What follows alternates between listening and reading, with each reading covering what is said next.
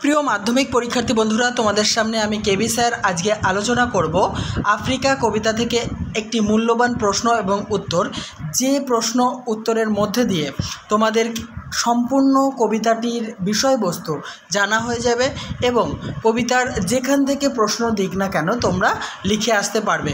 তো চলো দেরি না করে দেখে নিই আজকের মূল্যবান প্রশ্নোত্তরের ক্লাসটি। ভালো লাগলে অবশ্যই লাইক, কমেন্ট এবং শেয়ার করো। চ্যানেলটিতে নতুন হলে সাবস্ক্রাইব করে অল করে দিও।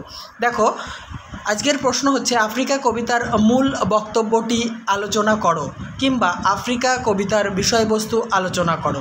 উত্তরটি দেখো, বাংলা সাহিত্যাকাশে কবিগুরু রবীন্দ্রনাথ ঠাকুর এক উজ্জ্বল নক্ষত্র। তিনি তার অনন্য সাধারণ লেখনী কৌশল দ্বারা স্বমহিমায় উন্নত শিরে সাহিত্যের বিভিন্ন শাখায় দণ্ডায়মান হয়ে আছেন। কবির যুগান্তকারী সৃষ্টি পত্রপুট কাব্যগ্রন্থের বহু সমাদৃত আফ্রিকা কবিতাটি আফ্রিকার সমাজ ও রাজনৈতিক ইতিহাসের জীবন্ত দলিল।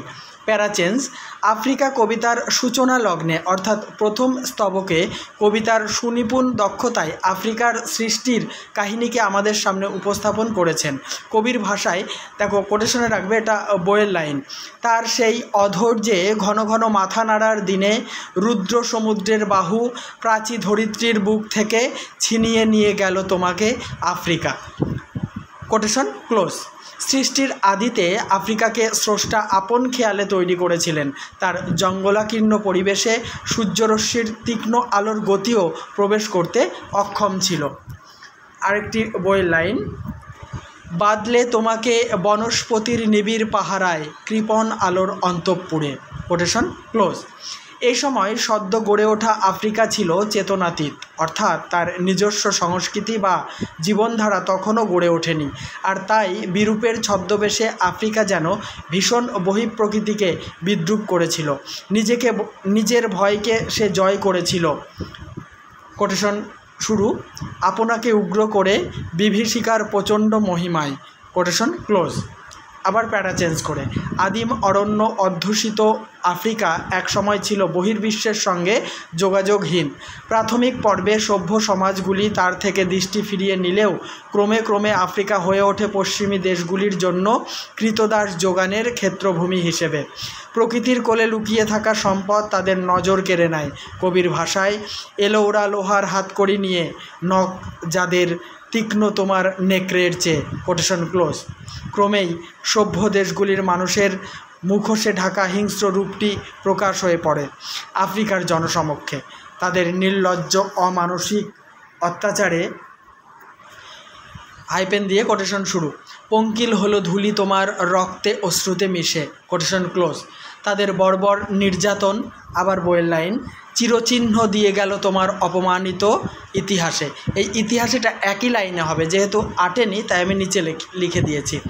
প্যারাচেঞ্জ, একদিকে যেমন অত্যাচারিত মানুষের চোখের জলের অবিশ্রান্ত ধারা এবং রক্তস্রোতে প্লাবিত হয়েছে আফ্রিকার মাটি, অন্যদিকে একই সময়ে উন্নত দেশগুলিতে, কোটেশনে রাখবে কবিতার লাইন, মন্দিরে বাজছিল পূজার ঘণ্টা। তারপরে আরও লাইন আছে, ওই জন্য ডট ডট দিয়েছি। কবির সঙ্গীতে বেজে উঠেছিল সুন্দরের আরাধনা। Quotation close. কবিতাটির শেষ স্তবকে কবি যখন উপলব্ধি করতে পেরেছেন যে সাম্রাজ্যবাদী শাসক একদিকে আফ্রিকার উপর অন্যায়ভাবে অত্যাচার চালিয়ে এসেছে, তাদের সময় এখন শেষের পথে, তাই তিনি আহ্বান জানিয়েছেন যুগান্তের কবিকে। আবার কোটেশনে রাখবে, এসো যুগান্তের কবি, আসন্ন সন্ধ্যার শেষ রশ্মিপাতে দাঁড়াও ওই মানহারা মানবীর দ্বারে, বলো ক্ষমা করো। ডট ডট দিয়ে কোটেশন ক্লোজ। আফ্রিকার কাছে ক্ষমা প্রার্থনার মধ্যে দিয়ে যাবতীয় শুভ বোধকে, এই বানানটা মিস্টেক হয়েছে, বয় ওকার হবে, শুভ বোধকে প্রকাশ করতে চেয়েছেন কবি। হিংস্র প্রলাপ এর মধ্যে হবে সভ্যতার শেষ পুণ্যবাণী।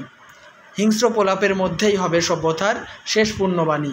এইভাবেই বিশ্ব মানব মৈত্রীর মধ্যে দিয়ে আফ্রিকার এক নব উত্থানকে কল্পনা করেছেন কবি রবীন্দ্রনাথ ঠাকুর।